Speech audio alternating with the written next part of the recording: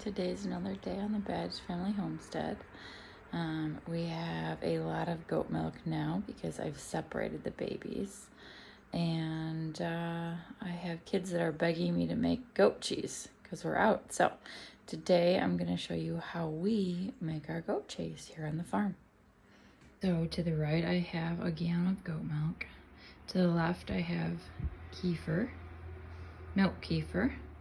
And I have my Instant Pot. Pour milk into the Instant Pot.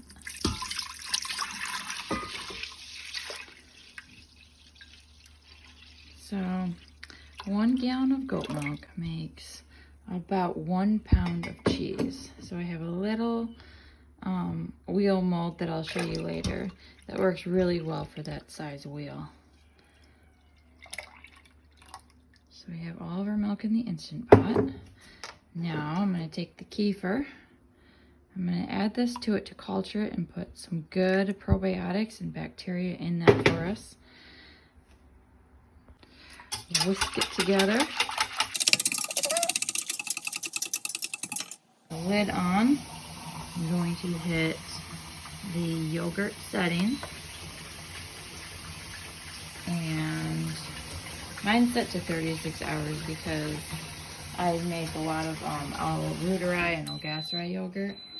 But for the cheese, I just culture it for about 2 hours.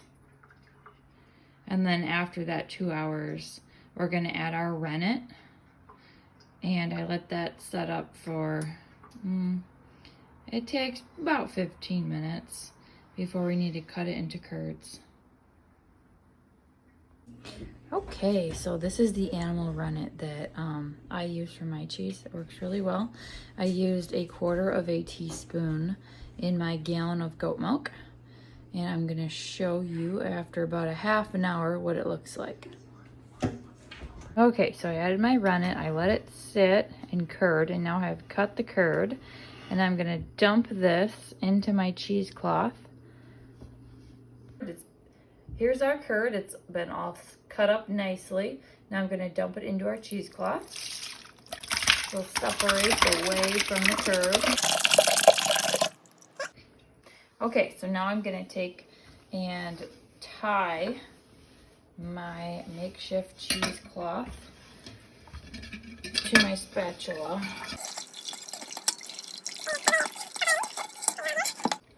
Sometimes I leave it hanging here for a little while. But I have a makeshift hanger that I'm going to show you. Okay, so I hang my spatula on, it's actually a coat hanger. And I just hang it across the pegs and it drips down into my bucket. I let it sit here about an hour, and after that I'll show you what comes next. Okay, so now we're gonna unwrap our cheese. It has dripped for just over an hour. Sometimes it needs to drip longer. Sometimes an hour is good. But, alright, Kai, can you come zoom in on this? Or just get a close up. This is what it looks like. It comes off really nice. There is definitely still some whey in it.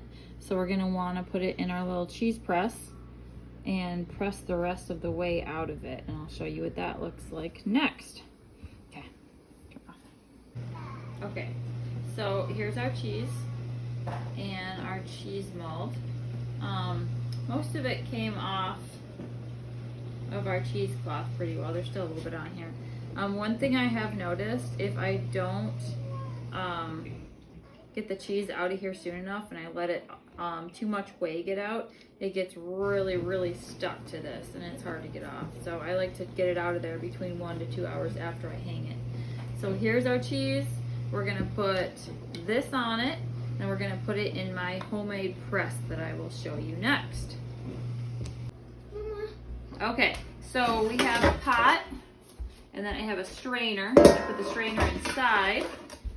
And then I take my wheel of cheese and I put it inside here in the mold. And then I take a pot that sits nicely inside of that and it's filled with water so it's nice and heavy. and I sit it right on top. And we have a nice weight here. And I will let this sit. I will let this sit for about 24 hours before I take the pot off. And most of the whey should be out. And from there, I'll show you what's next. Good morning. Our cheese should be ready to come out of its mold. We're going to take the whey off. Here it is. You'll notice that there is some whey that's collected in there. I just dumped that out. We're going to take this guy off. It's kind of stuck in the cheese this time. Okay. Sometimes you gotta, here, we're gonna, sometimes you gotta tunk it a little bit. Okay. There's our wheel. So we use 1 gallon of milk. And here's the size wheel we got. It weighs, well, it's over a pound right now because there's still some whey in it. But I'm going to take this now. I'm going to put it in a clean towel. This towel has not been washed with scented detergents or anything like that. It's nice and clean. So we're going to put it in here. We're going to just let it sit here for a little while and let the towel absorb some of that liquid. And I'll set it aside. And then after this, then I set it on a tray for about 1 day, 1 to 2 days. And after it's all nice and dry, then I take either butter or lard and I cover the outside of it to protect it from flies and other critters. And then I set it in with my other cultured foods.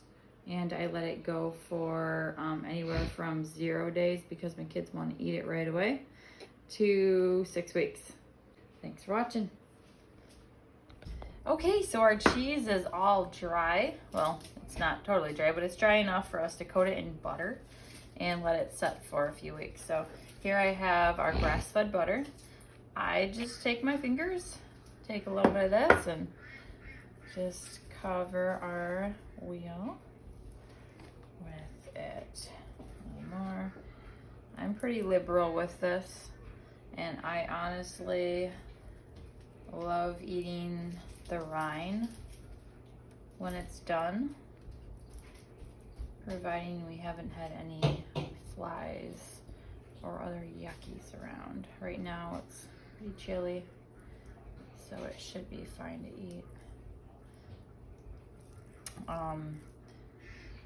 The kids like the crust cut off of their cheese, and when you're dealing with a wheel that's only 1 pound, you lose a lot when you take the crust off of it.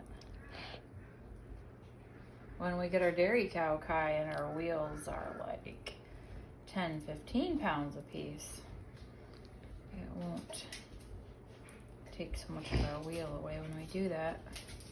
Okay, so I've got all my cracks filled. Everything is coated in this delicious, tasty butter from grass-fed cows. I'm going to put it on here. And in 2 weeks, that's usually how long we let it go before we eat it. So in 2 weeks, we will cut into this and we will enjoy it. Won't we, guys? Yeah. Yeah. All right. All right. Thank you for watching, and please like and subscribe if you want to see more videos on how to do cool things or see some fun animal videos.